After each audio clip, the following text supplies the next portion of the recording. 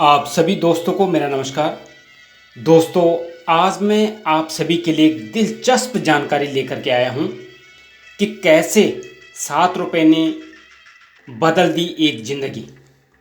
तो चलिए, नोबेल पुरस्कार विजेता सर सीवी रमन जी ने रिटायरमेंट के बाद बेंगलोर में रिसर्च इंस्टीट्यूट खोलने की सोची। इसके लिए उनको 3 भौतिक विज्ञानियों की ज़रूरत थी। इसके लिए उन्होंने एक विज्ञापन निकाला।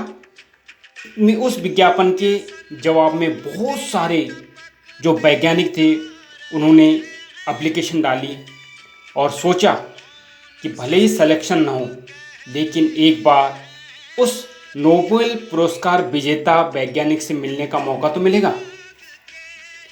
अब देखो, चलते हैं कि सर चंद्रशेखर वेंकट रमन जी को ये पुरस्कार मिला क्यों था, नोबेल पुरस्कार मिला क्यों था।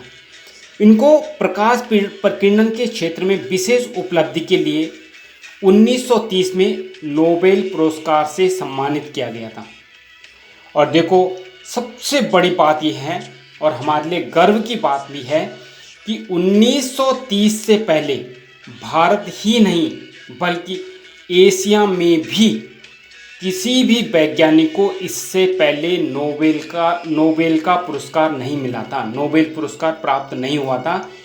सर सीवी रमन जी पहले व्यक्ति थे, पहले वैज्ञानिक थे जिनको यह पुरस्कार मिला। तो सचमुच बहुत ही तारीफ के काबिल है। अब इनका जो प्रयोग था प्रकाश प्रकीर्णन का था क्या ये, तो उन्होंने पाया कि जब प्रकाश एक पारदर्शी सामग्री को पार करता है तो कुछ विक्षेपित प्रकाश उसकी तरंग दैर्ध्य और आवृत्ति को बदल देता है। कैसे? जैसे हम पानी को देखते हैं तो कभी हमारे को जो जहाँ पे गहरा होता है पानी तो हमारे को नीला दिखाई देता है। तो क्यों?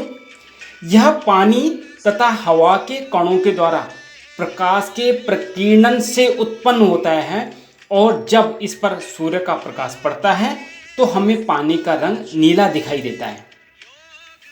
अच्छा, ये नोबेल पुरस्कार है क्या?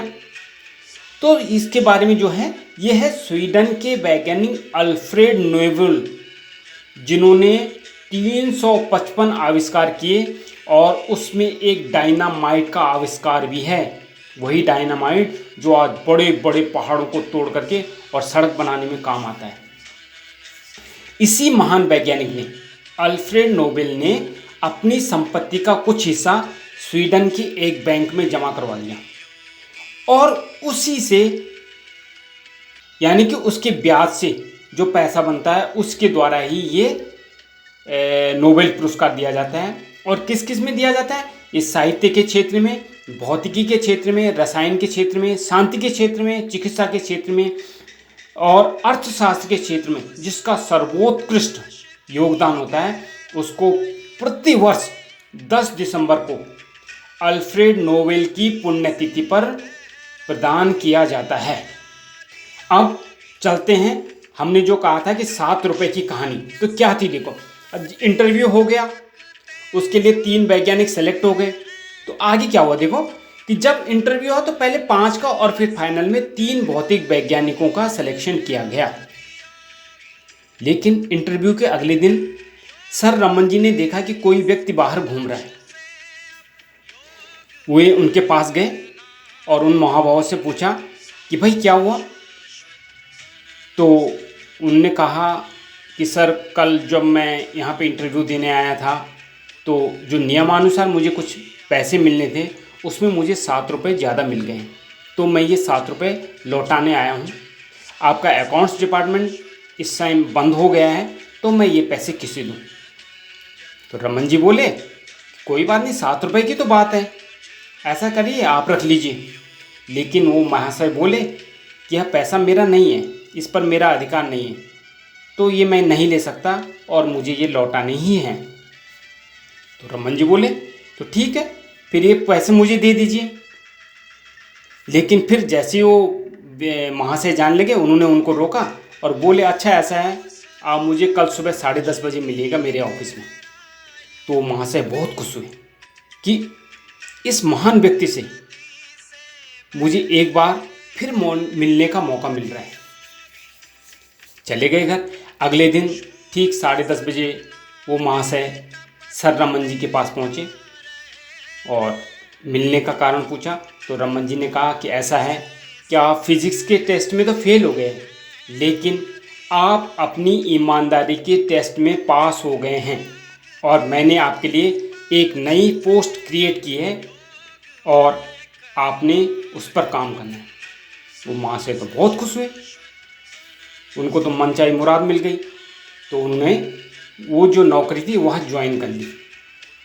और विधि का विधान देखिए कि यह वही प्रोफेसर श्री सुब्रमण्यम चंद्रशेखर हुए जिन्हें 1983 में नोबेल पुरस्कार से सम्मानित किया गया। तो सचमुच कितनी बड़ी बात है। और उन्होंने अपनी किताब में भी लिखा है कि इन 7 रुपयों ने मेरी ज़िंदगी को बदल दिया।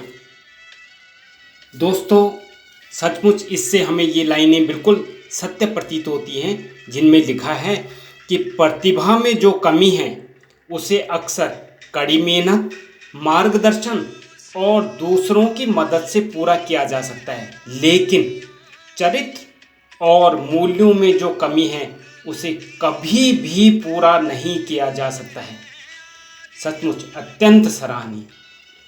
इसी के साथ दोस्तों आप सभी को मेरा नमस्कार। जय हिंद, जय भारत।